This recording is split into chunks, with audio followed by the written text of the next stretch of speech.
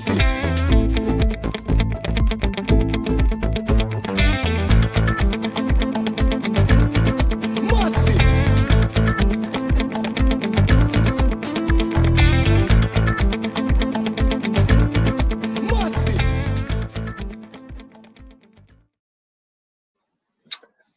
everyone, welcome to the Boleyn Lounge.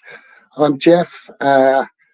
Sorry about last week. For those of you expecting to see me, I had a few technical difficulties and internet was down. So we're back this week. Mick's in the green room, so I'll bring him into the studio in a moment. Now, for any of you who's watching back, please get involved in the comments. If you're in the live, please get involved in the live chat. And if you haven't subscribed yet, please subscribe and like the video. Now, I'm just going to bring Mick in. Evening, Mick. Thanks for joining me. I know you've rushed in from work and football training to join us here, so really appreciate that. Thanks, buddy. How are you, mate? I'm all right, Jeff. Yeah, sorry. Am I in there, am I? Yeah, you're in the studio. You're in now, mate. Yeah. I can't see you. Can you not see me? No. Okay. Can anyone in the chat let me know if they can see Mick? You're on my screen, buddy. And I'll say evening to everyone in the chat who's in so far. Words is in. Good evening, Words. Can you see the comments, Mick? I can just about, yeah. Not really. No, they're at the bottom of the screen. All right, okay. Words is in. He says, good evening, Jeff. West Ham are massive. And Toha's in. He says, evening, Jeff, Mick, and chatters. And the guys are saying, good evening to you and each other. Oh, I can see. I've made the screen a bit smaller. Yeah. Word says he can see both of us. And Aces says it's all good. Good evening, Aces. I'll come back to the comments in a minute. I just want to touch on the game. I had a bit of a dodgy stream. I had a bit intermittent internet, so I didn't watch the game as thoroughly as I would have hoped. But the start at the beginning, the lineup, couple of surprises for me. Rodriguez being one of them, but now with recent developments, maybe that becomes a little clearer why he wasn't involved at all. But Potter decided to throw Hermansen in at the beginning. What did you think of that?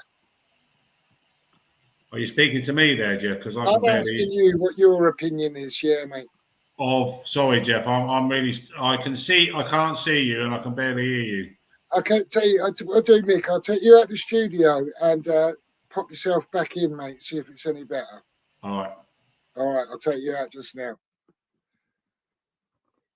Sorry about this, guys. My apologies.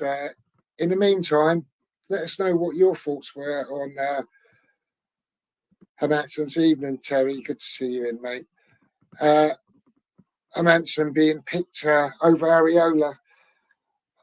I personally was a little bit surprised, and he went on to have a pretty poor debut, it has to be said. So we'll see what happens in the next game, because I think Potter's put himself in a bit of a catch-22 situation here now, where if he takes Hermansen out for Chelsea, he can really destroy his confidence and undermine him. And if he sticks with him and he has a stinker, that could really affect him as well.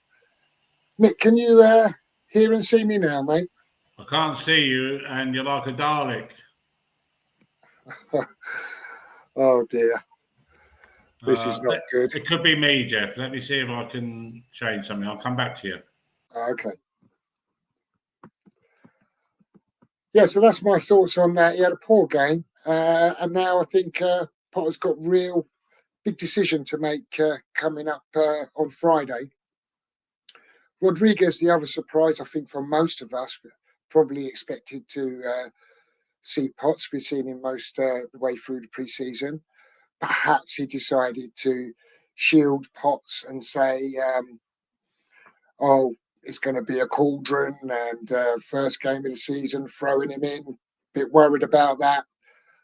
I could maybe see that. We see the Alvarez thing that's unfolded over the last day or two, and that would indicate to me why Alvarez didn't play, and that would be the obvious choice for me. If you're going to drop Potts out, not play him, you bring Alvarez in. He hasn't done. He's brought Rodriguez in. In fairness to Rodriguez, he didn't have a bad game from what I saw of it. I don't think he was dreadful, but he's just not good enough in this league. Potts, I don't think could have done any worse, really. How could he have done, really? I mean, we were pretty shocking. The goals, well, I don't really know how we can allow a delivery that's coming from so deep, it's coming so easily, hung up in the air, and beat all of our central defenders for the first goal. Dreadful. Second goal's not much better. Ballard's been a threat all game. He's won absolutely everything. And somehow we end up with Wan-Bissaka getting under the ball and Paqueta being on the back post against him. Crazy. And the third goal, I think we were just in disarray. I mean, the formation changes that he did when he did the substitutions, I don't understand it. We haven't seen anything but this 3-5-2 throughout pre-season. I guess they've been working on these other systems. But he changes it to a 3-4-3 and then we concede. And then he changes it to what was some kind of 4-3-3, maybe some sort of 4-4-2 perhaps. And we were that disorganised, it was like being back in the Lopetegui era for me. Juff ends up in the right centre-back channel as the last defender. We were just all over the shop by that stage. I don't know about you guys in the chat. I'm not entirely surprised that we've been turned over by Sunderland on the opening day. But to get beaten in that manner, it's worrying. It's worrying. Let's see what you guys are saying in the chat. I've got a message through from probably Mick saying he's struggling to get back in, but let's see.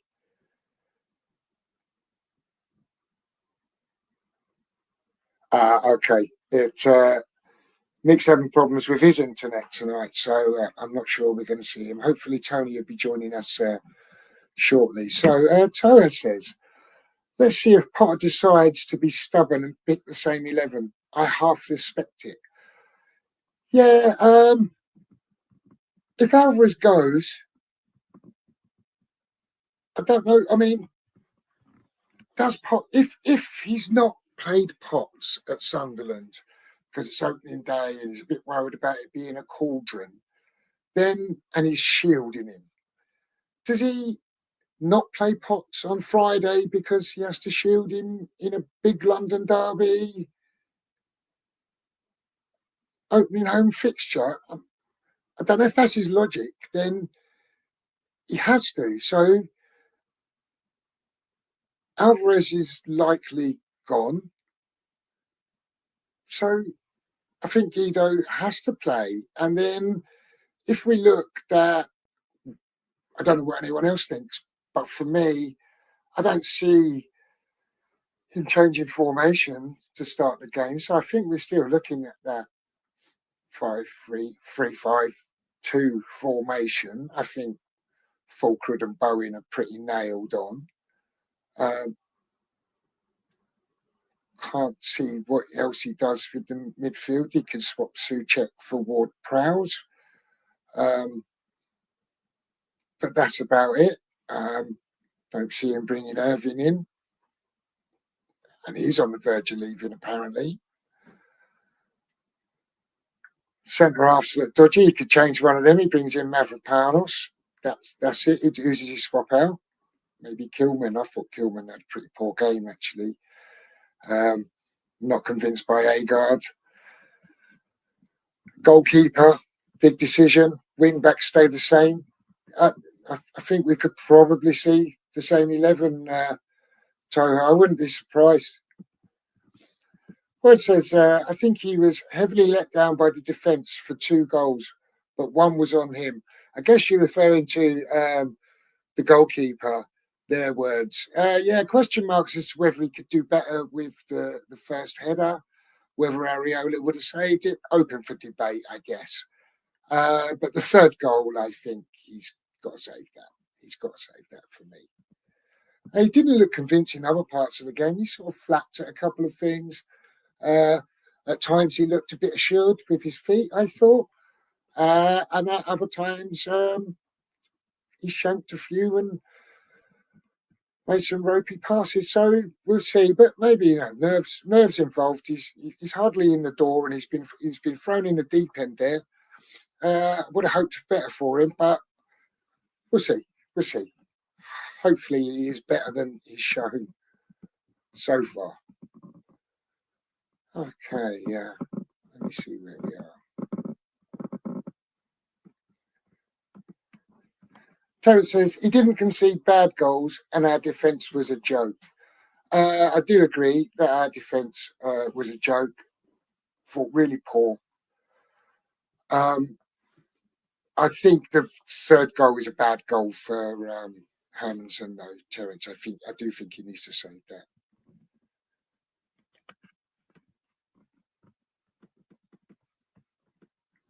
So it says, to be controversial, my first reaction to the penalty last night was that it was a penalty. Tarkowski knew what he was up to there.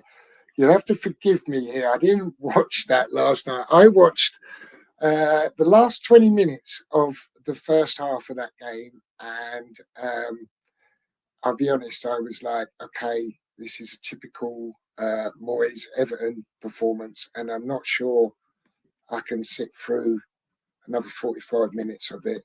So I didn't bother with the second half.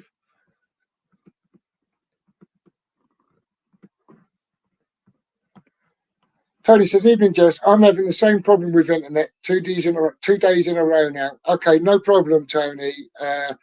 We'll catch up later on. And he says evening to you guys in the chat as well. So looks like I'm flowing solo and I haven't got a lot of material. So unless you guys in the chat are going to come up with much, it's not going to be a very long show, I don't think. Doug says, internet issues everywhere. Your country is going to the dogs. He's not wrong there. And he says, good evening to Tony. And words he's saying, is it a bird? Is it a plane? No, it's Tony. And chatting away to each other there. So please give us some input in the live chat. Look out. Colin's in. Good evening, Colin. Good to see you. I haven't seen you for some time, mate. Hope you're well. He says, mate, we are total shambolic. We lack pace. I don't like the system. 5 at the back. Don't like it.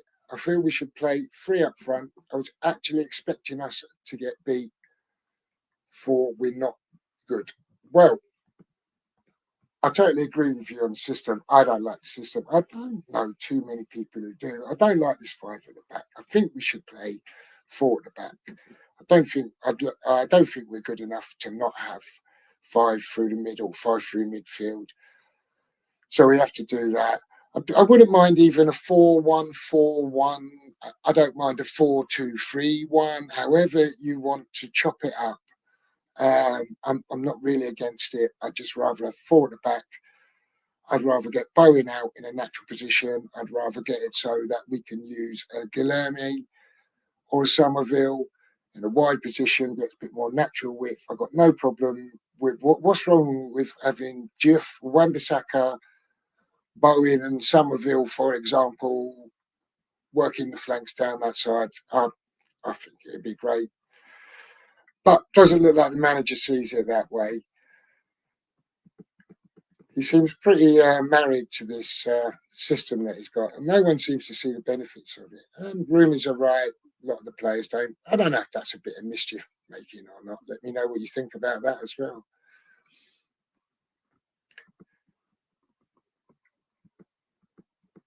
Terence says, evening, Tony. A few people are having trouble with servers. It may be the Tinternet. Yeah, we had an outage, complete outage here last week. The village was down. The pub was pretty busy with lots of people with no internet in there, funnily enough. But it was out for about 24 hours. I've got a new router and stuff on the way, so hopefully some of the problems will be solved for me going forwards. Tony says, evening, Terence. Yeah, seems to be, but you won't see any apologies from them. I'm still on about the internet, though. There.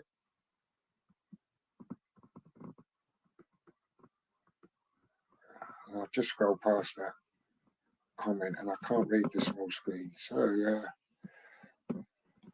Mark says, hey, jump on Tony, but obviously you know now he's having internet problems. Tony says, Jeff, I blame that away kit combination for the performance. I don't like any of the kits, to be honest with you, this year. I don't know if anyone's a fan of any of them. Them hammers on that away kit are like crazy big, aren't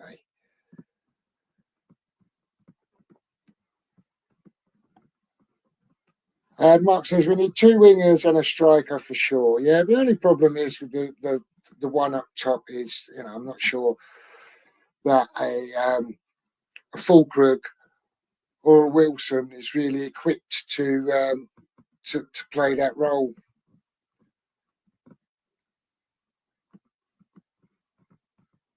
So it says, you'll have to excuse me. Would you say that the interest from the American consortium is completely out of the window now? Well, I don't know. It was interesting. I can't remember who was watching it. It might have been Gio, but I don't want to credit it to him if it wasn't him. But I've been watching a few of the fan channels. I'm sure all of you have.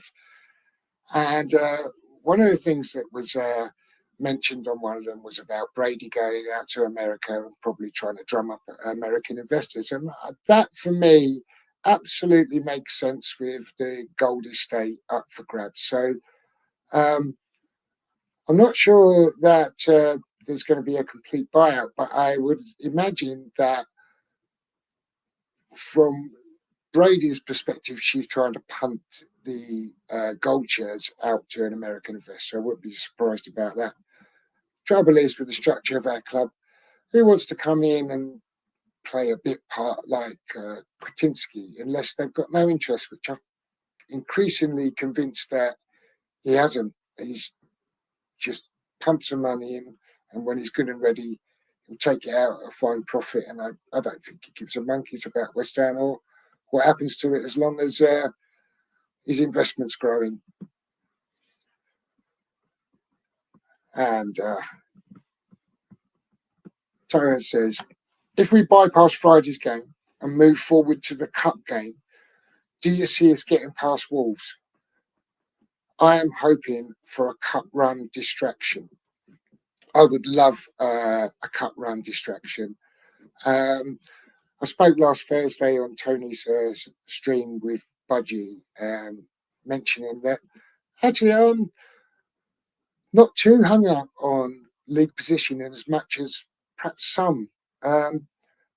It'd be nice if we're pushing for the top six and a European place. And of course, league positions are important. But thereafter, I think a club like West Ham and historically how we perform in the Premier League, if we finish 10th to 12th, we've probably had a pretty normal sort of season for us. If we finish 12th to 14th, we might think it's a little bit below par, but not out of the ordinary.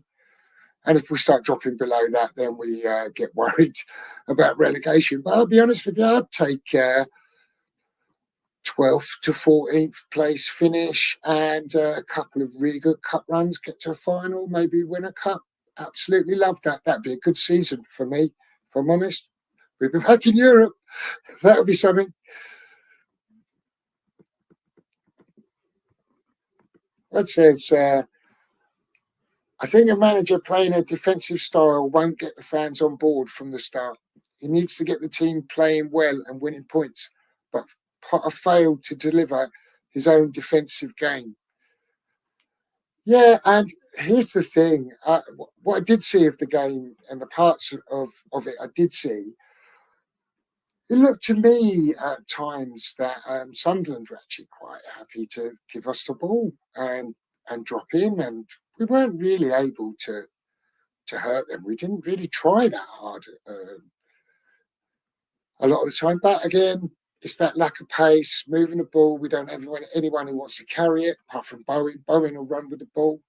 Other than that, we haven't really got anyone, have we? Well, it says it's a dangerous way to manage, considering the sort of life as managers at club, the short life, I guess you're saying there. Well, yeah, as you corrected yourself below, yeah. Especially against Sunderland, yeah, absolutely. It is a dangerous game, and it's a really bad result. I mean, that is the worst result of the weekend. Burnley took a thumping. You'd expect them to, but getting beat at Sunderland's not the end of the world for me. Getting beat like that, as I said at the top of the show, it's really worrying. It's a bit alarming. It's not time to press the panic button yet, but I watched Chelsea against Palace, and I don't think Chelsea were actually overly impressive. I didn't think they were great. Maybe the Club World Cup has prevented them having, proper pre-season, and the first few games are, a bit pre-season like for them.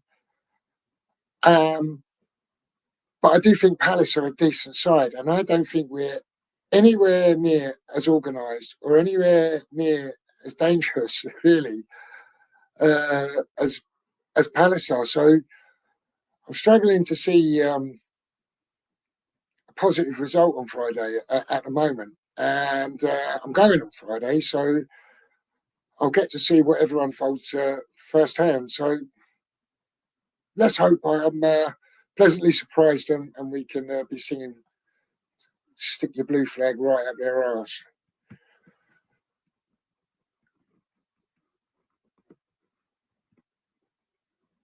And well, it says with some young blood playing in the Cup too would be good. Well, I agree with that as well. The only thing I wouldn't want him to throw a load of youngsters in and effectively throw a cup game. But wouldn't it be nice to see perhaps Skulls get an early out in? If Potts hasn't featured, he should surely feature after the pre-season he's had. I wouldn't like to see too many thrown in and then lose away at Wolves and then that's us out the cup. Hopefully we can get by them. If we get a nice draw, see where it takes us. It's a trophy we could win, and I'd love us to do a Palace or a Newcastle. I'd absolutely love it. Colin says, Jeff, it's going to be a long season. Where are the points coming from next 5 to 6 games? That is why I don't feel Potter will be around long. But he hasn't been backed. Sullivan is to blame. Relegation. It is hard to see where too many points are coming, especially after the display on Saturday.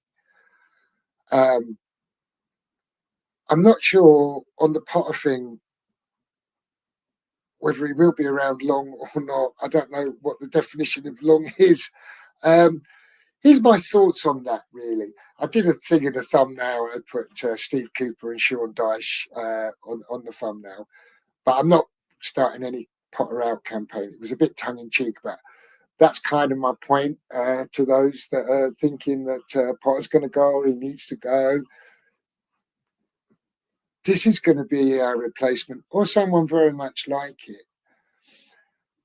And if the break clause thing is true, and at the end of the season, we can part ways for nothing, knowing how tight Sullivan is, there's no way I can see him sacking him and having to pay him off if he could part ways for nothing a few months later, unless he really, really, really has to.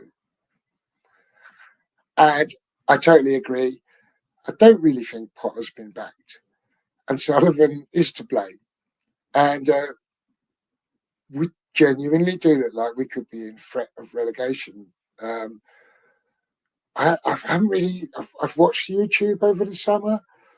I haven't produced any content. I haven't. I've quite enjoyed watching some of the hysteria, and I've watched some of the relegation peddling. I've tried not to take too much notice of it, but that's a very, very scary result at the weekend, and it's a tough fixture coming up on Friday. And if we take a hiding against Chelsea, confidence is going to be on the floor. We've seen all the positivity come out the dressing room, how together they are, what team spirit is. The club have been peddling that. We've kind of seen it in the pitch, to be fair, on pre-season. I've seen glimpses of that where you think, actually, it does look a bit of togetherness. They do look a bit more together than they have done. And then we hear rumours, whether it's rubbish or not, of fights and fallouts in the dressing room after one fixture. And if there's any ounce of truth in that, then that togetherness is not very deep, is it? And that for me would be a bit worrying. I understand people being frustrated and angry after a poor result like that. And I think they should express themselves and sound off at each other, point the finger if that's what they feel is necessary, and that's fine. But as the story suggests, security and the like need to be called to the dressing room. If it gets to that level, there's something wrong there.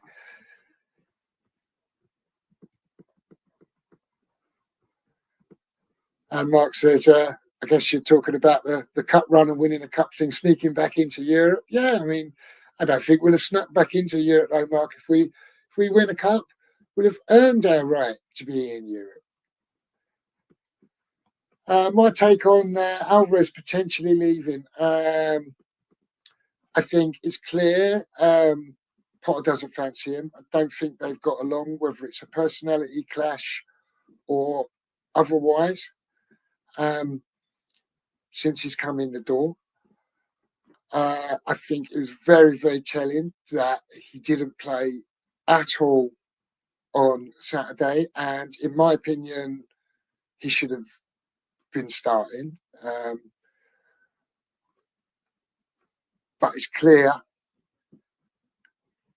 Potter didn't want to start him, didn't want to play him, and doesn't want him at the football club. And I'm not sure if Alvarez actually wants to be at the football club either. So mutually, it might work out in the end. But it's a big problem because he is the best CDM we've got at the football club. And if he goes out, it's Potts or Guido at this moment. So they want to get a wiggle on and get a replacement in sharpish. He needs to be decent. Well, it says improvements all round are needed. Sullivan has to do better providing players. Potter has to deliver more on the pitch, and the players too have to concentrate and to do the basics well. And I think that pretty much sums up everything that's wrong with West Ham at the moment, because Sullivan does need to do better in providing players, and it's not been good enough. And for all the rumours about Potter's had a couple of players pick and Sullivan's forced these other players on him, up until when we signed the goalkeeper, I read on another forum from a pseudonym sort of ITK, he seems to know quite a lot of stuff, that people were speculating about Potter having a pick, Diouf being his pick. But so far, all the signings have been Sullivan's, including Diouf. So he'd signed Diouf, KWP, Callum Wilson at that stage. And now we have Manson as well. Now, I don't know. I don't want to get involved in the politics of it or not. But I think this window has shown that whether Potter and McCauley have had any input on players or not, open to debate. But he's definitely got his hands all over it. And he is definitely in control of what's going on. And no more than the John Victor. I mean, Sullivan out-Sullivaned himself, if there's any substance in that story at all.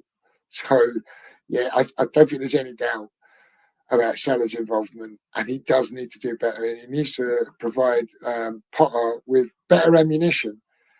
And I agree with that Potter has to deliver more on the pitch.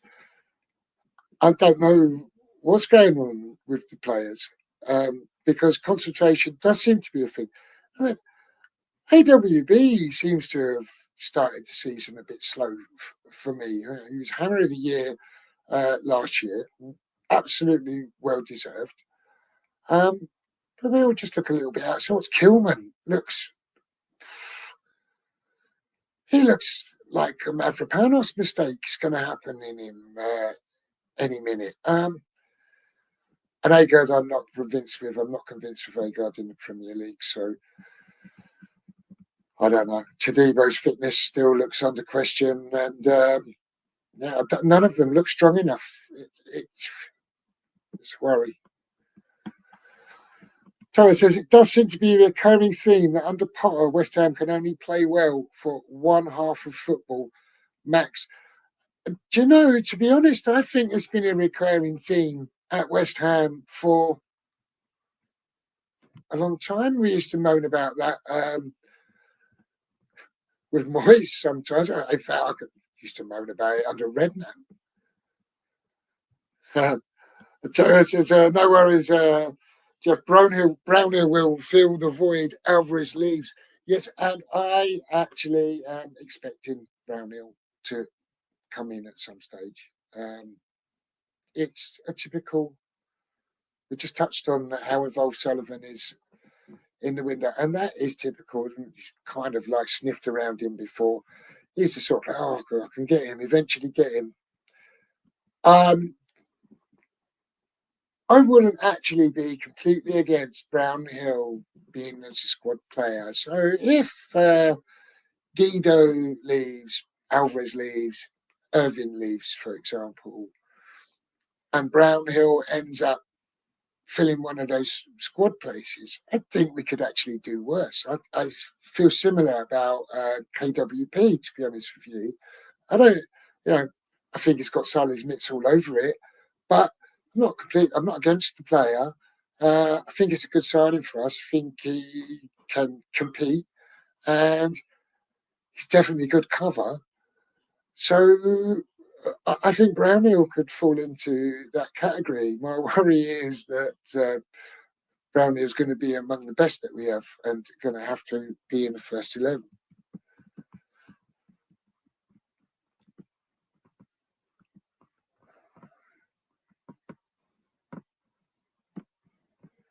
Terence says, do you think there's actually any truth to the rumours of Jamie Vardy joining us? We will need to get the walking sticks out. I can't believe that there is any truth in it. But there's a part of me that, as ridiculous as it sounds,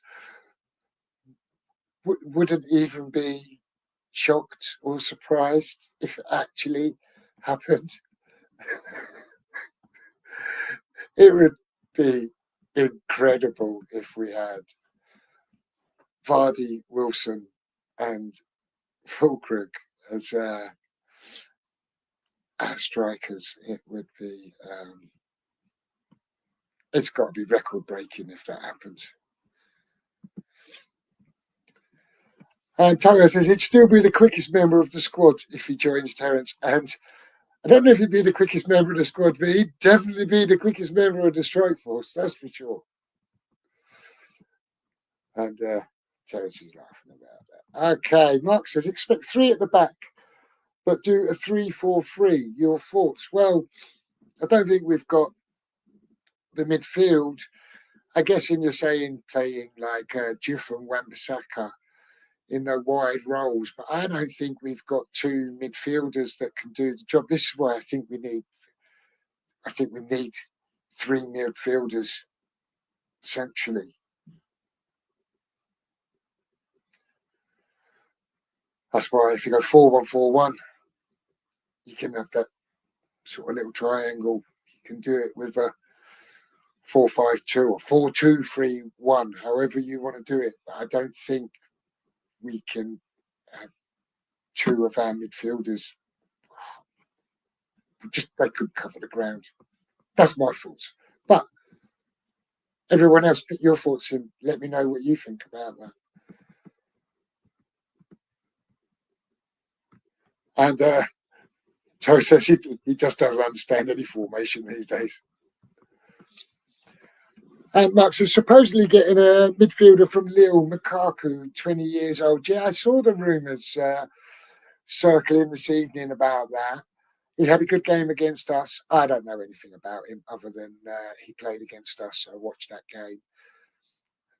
Don't know what to do to judge a player on 90 minutes. If anyone's better informed. We need the youth in the side. That's for sure. This is the one thing I don't really understand about this squad building thing. And when we spoke about Brighton and the Brighton model, I'm not comparing us to the Brighton model in any way, shape or form. We're nowhere near it. But in terms of Potter and Potter's teams, what he did, he had youngsters and youth through it, young players in there. But he had plenty of experienced players in amongst that team and that squad as well. He always had that experience in there. When he came to West Ham, I thought we already had that experience in that squad that we could perhaps bring in the youngsters around the experience. But when we're signing players like Callum Wilson, and even to a degree, KWP, then it sort of doesn't fit that mould. So it's hard to work out it's not hard to work out what's going on at West Ham. Sullivan's going on at West Ham. And this is where I've got some sympathy with Potter. I completely agree with the comment earlier that he needs to do better on the pitch. He needs to set the team up better, and he should be getting more from the players. But he needs more from the board, and I think he's being set up to fail a little bit.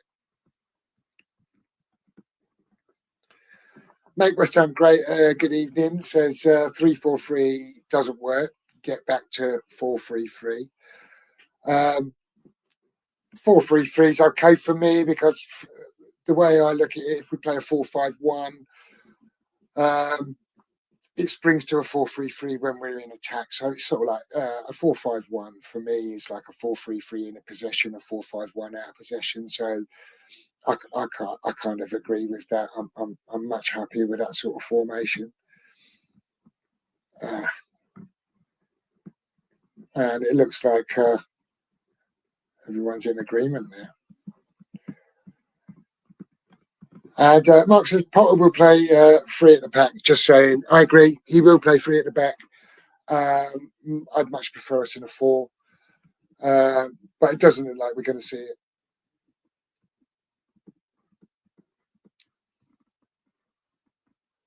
Make West Ham great again says, football doesn't need to be that complicated. Get the best out of your best players, e.g. Bowen on the right. I am Potter out for this reason and the back 5. Okay, that's fine. And I get your reasoning. You Potter out because you're not happy about the way Bowen's being played and utilised, and you're not happy with the back 5. And it's a completely reasonable thing to say. I agree. Bowen should be on the right. And it worries me. Play Killermy in pre-season, and he's featuring as a left wing back, and I just don't see it. How is that going to work? This one, play Bowen on the right, have Killermy, Somerville on the left. Just makes so much more sense to me. But I don't think I'm making any revelations to anyone here. I would imagine, and from the chat, most of you are in agreement that that's how we should be approaching things. But Graham Potter sees it very, very differently. And I think he's going to have trouble if unless he suddenly starts getting some results, saying clicks magically. We're getting a couple of midfielders and Potter waves his magic wand and it all clicks. Then I'm sure we'd all get on board with it. But at the moment,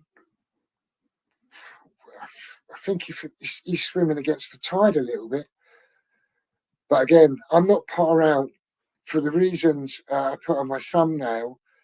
I have absolutely no confidence. This goes back to Moyes. When Moyes was leaving the football club, I think it was absolutely time for Moyes to go. No campaign for Moyes to come back or for Moyes to stay from me. Just want to make that clear to everyone.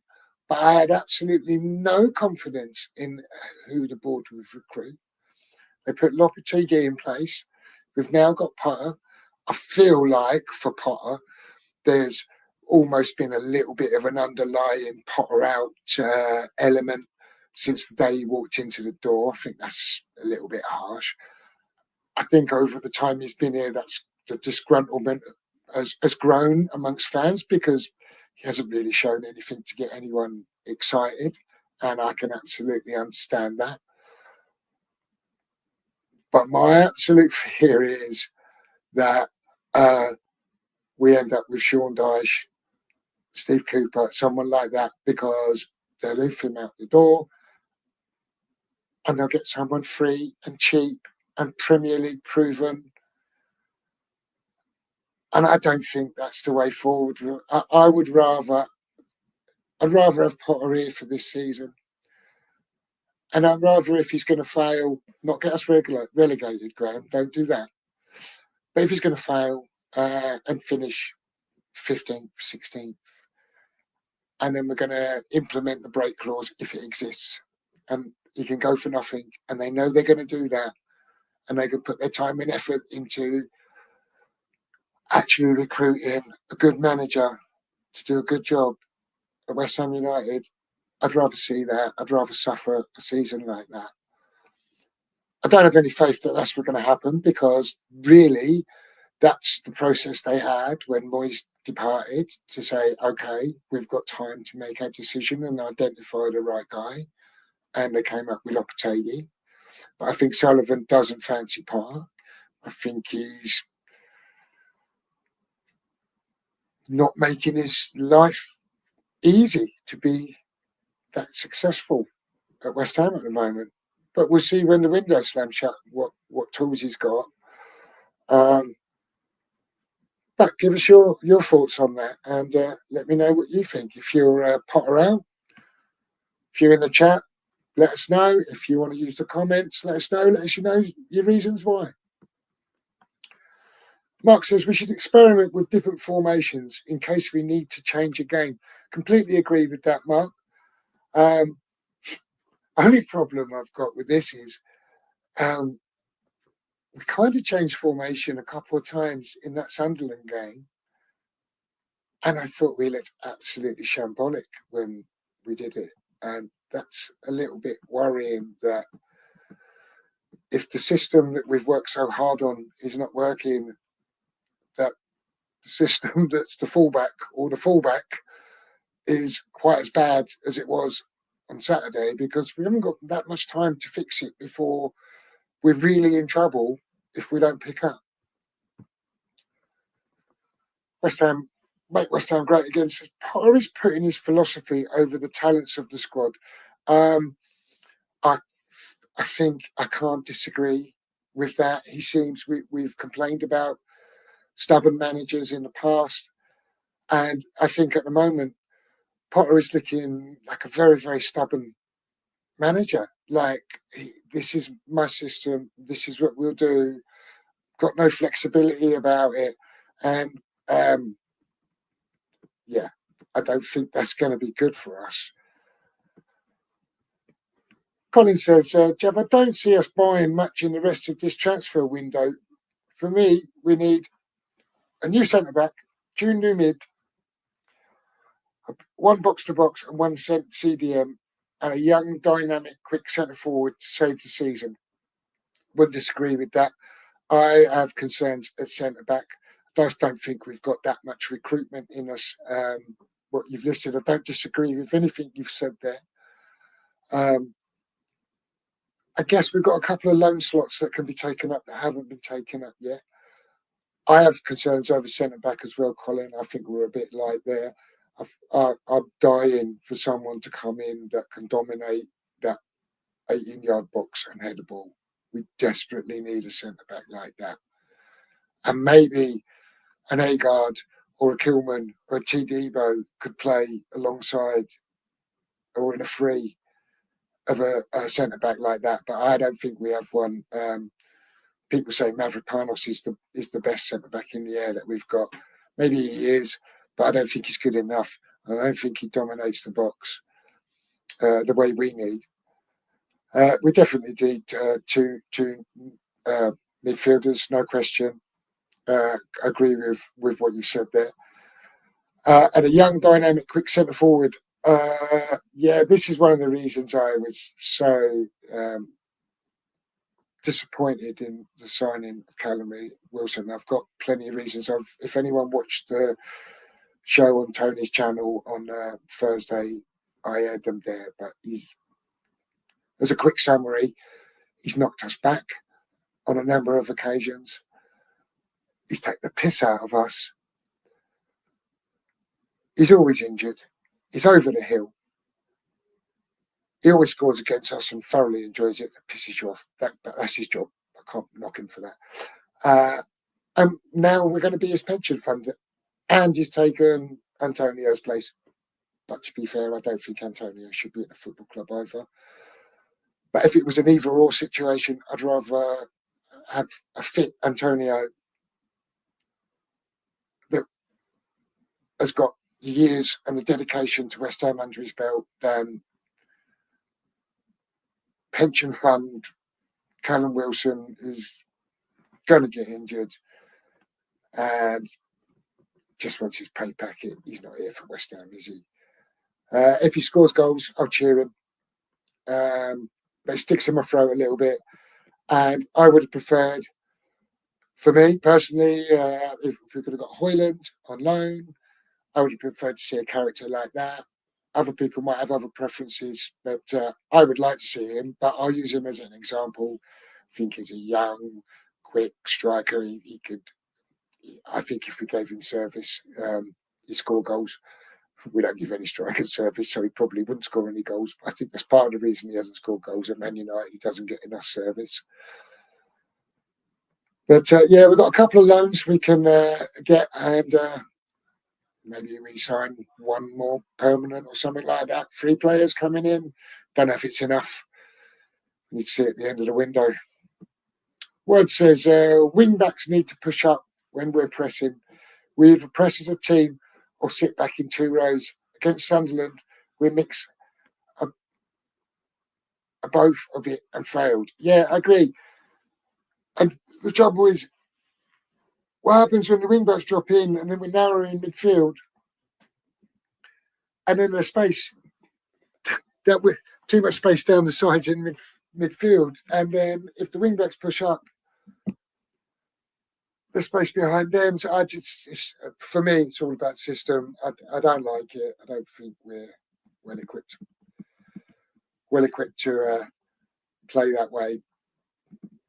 Big Ange is free, Torah says. Yeah, I don't see him coming to West Ham. And I don't know, he might be a popular choice among some. Not for me, personally. I think it would be a bit suicidal if he would play the way he did with Tottenham with us. But maybe it would be fun. I don't know. Much like the Mourinho ride, I'm not really on that bandwagon either. But he might actually win us something. But I think it'd be chaos. Mark says, we all want Potter to do well, but we need results somehow. We absolutely do. Let's hope we start with 3 points on Friday. I've got no expectation of that. I said that earlier. I'll take a point now and walk away if you offered it me. I think we're going to get B. We desperately need to win at Wolves. 1, to get us in the hat, get us in the next round and not kill off our cup hopes. And two, I lose the opening 3 games of the season. Morale's going to be on the floor. Pressure's going to be all over Potter. And despite what Karen Brady says, I'm not sure he does react well to pressure. And I think he showed that a little bit at times last season when the squeeze came on a little bit, when he wasn't even under that much pressure. And I think it'll get tough for him quite quickly. I hope that doesn't happen, because we could find ourselves in real trouble on a slide, maybe a desperate change of our manager. We'd definitely get a Dyche or a Cooper in then. And I don't think any of us are going to enjoy that. So please, Graham, turn it around a bit quick. Make West Ham great again says, in Potter's defence, we have defenders that don't want to defend properly. Mavropanos is the best of a bad bunch. And I hadn't seen your comment, but I was literally sort of saying much along those lines just a moment ago. So, yeah, I can't argue with that comment. Terence says, I'm not Potter out. He's being shared by Sullivan. If he's backed with cash and the players he wants, I think he would do good. And the thing is, for me, I'm not a massive Potter in. I'm not a huge Potter fan. Shaft did not shared yet. But I do think he's not being supported that well. And I do think his job is being made harder than it needs to be. And if we're not sure if he's that good, for God's sake, we need to give him the best chance to succeed. Make West Ham great again says, I might put £10 on us to live every game and do a rollover accumulator. I don't see a win until mid-October. It doesn't bear thinking about. I hope you're wrong. But it is tough, because if we lose at Wolves, then we've got Forest, Palace, and Tottenham, if memory serves right. Or perhaps it's Tottenham and then Palace. Either ways, it's tough. And if we haven't picked any points up and we've been losing games, I don't think Forest are going to be easy to beat away. Palace are not easy. And Kudus is going to come here with a point to prove, isn't he? And if they can't get themselves up for that one, we're really in trouble. Mark says, one suggestion, let one of our 3 centre-backs move forward like an extra midfielder.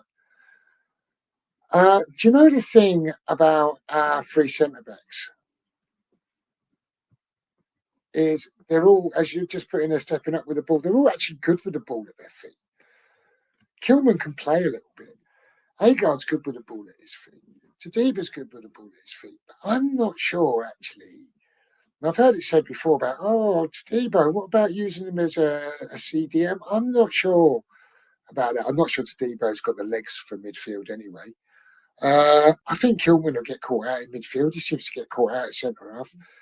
And I think Agard will get bullied.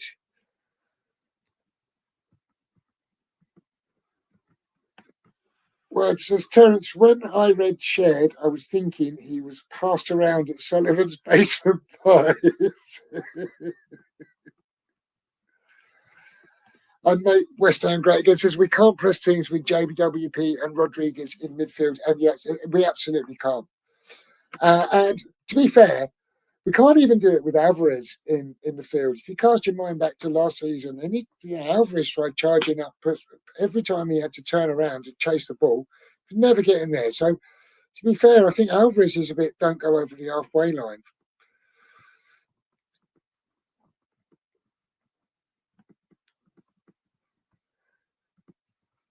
And Word says, when other teams are looking at easy fixtures, we must be in the top 3. What a great fixture for Sunderland. Bet they couldn't believe how bad we were.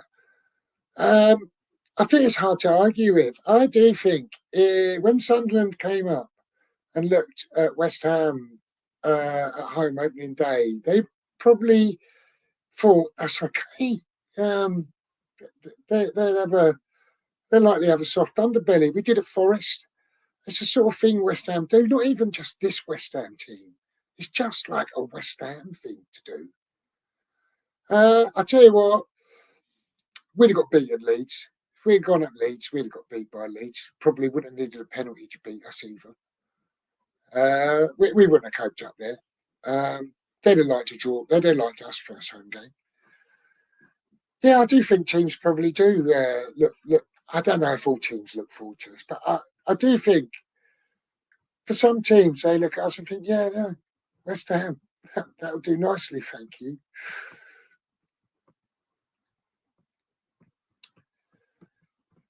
Mark says, balls over the top and wide crosses in the box seem to be our weakness. Yeah, the balls over the top because we have, when our wing backs push up, we have a big gap over there. So that definitely exposes us. When our wing backs are back in a back five, we're a bit narrow in midfield. So there's width available to teams there.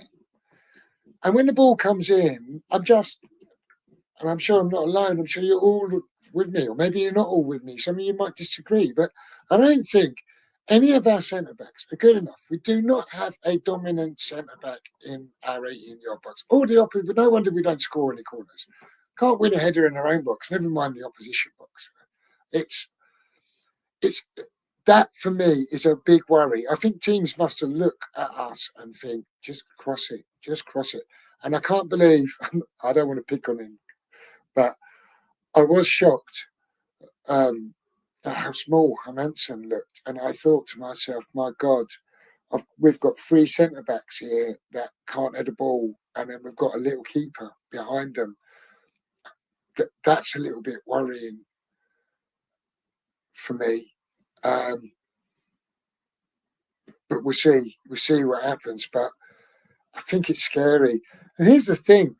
I think if we played a flat back 4 with our 4 centre-backs, I still don't think we've got one that really dominates the air. And then we've got that midfield in front of it, unless we get reinforcements. I've tried to not get involved in the relegation and the doom and gloom and the fretting and the hysteria leading into the season, to be honest with you. And I've kind of been of the mind, let's see where we are at the end of the window. We know there's going to be some going out. And, there's going to be some coming in. But also, when Sullivan said, and it was broadly put out that we had no money to spend and we had to sell before we buy, I honestly thought that was bollocks as well. And I thought, of course, there's a war chest. We had 60 million for Duran in January, and we've got 35 million because we've got to pay that for Todibo. So we must have had like 95 million as our war chest going into the summer at least. And it turns out we haven't. And apparently we've refinanced the club to the tune of best part £200 million, and we've still got no money for players, and we've still got to sell before we buy, or players have got to leave before we buy. It's really, really worrying. Really, really worrying. Because it doesn't look like we're going to invest into this team significantly. And it doesn't look like anyone's particularly convinced by the coach. And it looks like he's going to be pretty stuck in his ways, determined to play the way he is. And we're all concerned about the weaknesses that are there. So, I don't... and Sunderland, that was alarming. To lose 3-0 up there the way we did, in the shambolic manner we did, it's frightening.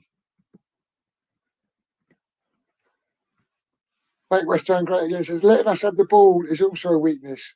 We had the ball and did nothing. Yeah, I said that earlier. I thought Sunderland let us have the ball. They were quite happy to let us have the ball. They drop And I just think a promoted side, new players integrated,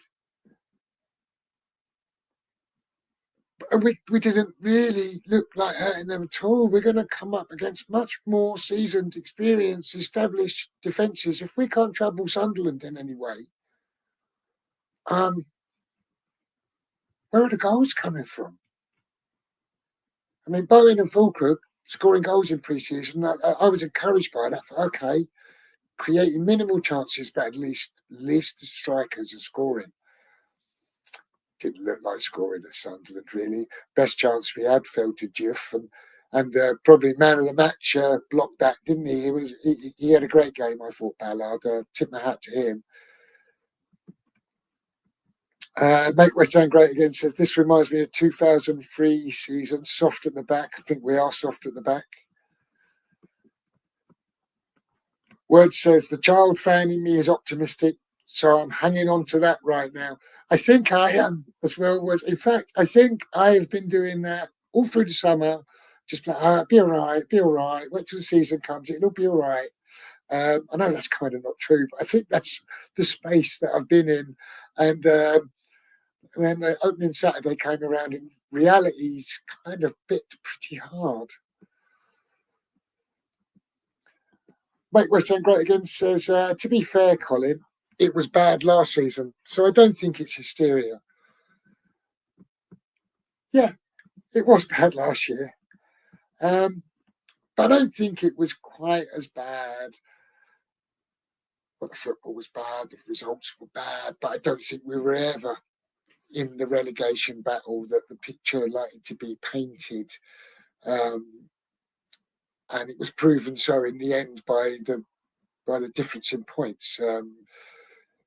It was a poor season and we performed poorly, but we were never really in the relegation danger that some people like to suggest that we were. But honestly, I think we are this year. So we need to improve and quickly. We must have released 300k to 400k per week in wages. How can we still need to shift players in order to buy? Sullivan out. I agree totally. That narrative absolutely baffles me. We've got rid of some high earners. We've got 55 million for Kudus. So the only player we've currently sold, Kudus, who had an 85 million release clause that we were nowhere near to realising. And in comparison to the price tag of his release clause, was sold at a bargain basement price to the only show in town that was willing to stump up £55 million. It shows how desperate we are. And we've spent £19 million of that on Jiff, who I think looks like he's going to be a good signing. He's a young lad. I think he's going to get exposed. I think he's going to get caught out. I think he did that on Saturday. I think he did it a bit in pre-season as well. And I think we can expect a little bit more of it. But I think he's going to offer a lot more than just mistakes and errors. I think he's going to chip in with some assists. He looks dangerous going forward. Pretty sure he might even get a goal or two, even on Saturday's poor display. He looks like he wants to score. And I don't think he's as bad defensively as some are suggesting. I've seen him a couple of times where he's ended up being the last man and not in necessarily his natural position. And that shows that he's got some awareness to try and cover his teammates. And he blocked a ball against Lille, a through ball against Lille, covering one of his teammates where he was going to be the last defender. I thought he did very, very well there. So I don't think he's defensively as bad as some say. I think he's going to get better and as he eases into the league. He hasn't been here 5 minutes. He's come from another country into a new team. I don't think he's been a poor performer at all. I'm looking forward to seeing him through the season, and I'm sure he's going to get better. Let me get back to the comments.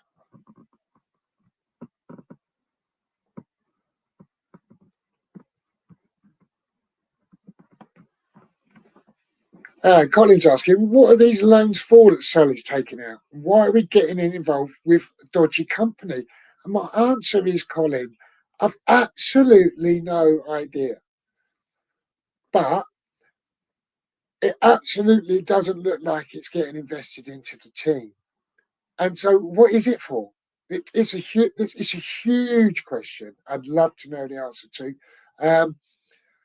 And if they're investing it in training ground or building a new training facility or something like that, which is long overdue, desperately needed. But how can we do that when we have the team that we have at the moment that desperately needs the injections it needs into it? It doesn't make sense. And why they've got to go cap in hand to like effective loan sharks, no idea, Colin. Absolutely no idea. And if anyone has got any theories or actually knows what it's for, please, either in the comments or in the live chat, let us know. Mike West Ham Great again says, Ings 100k, Kudus 80k, Cresswell 50k, Fabianski 70k, Antonio 80k, Soler 80k. Did I forget anyone? No, you're quite right. And apparently, if Guido goes out the door and we get 6 million quid for him or something, it's going to be another 70, 80k off the books.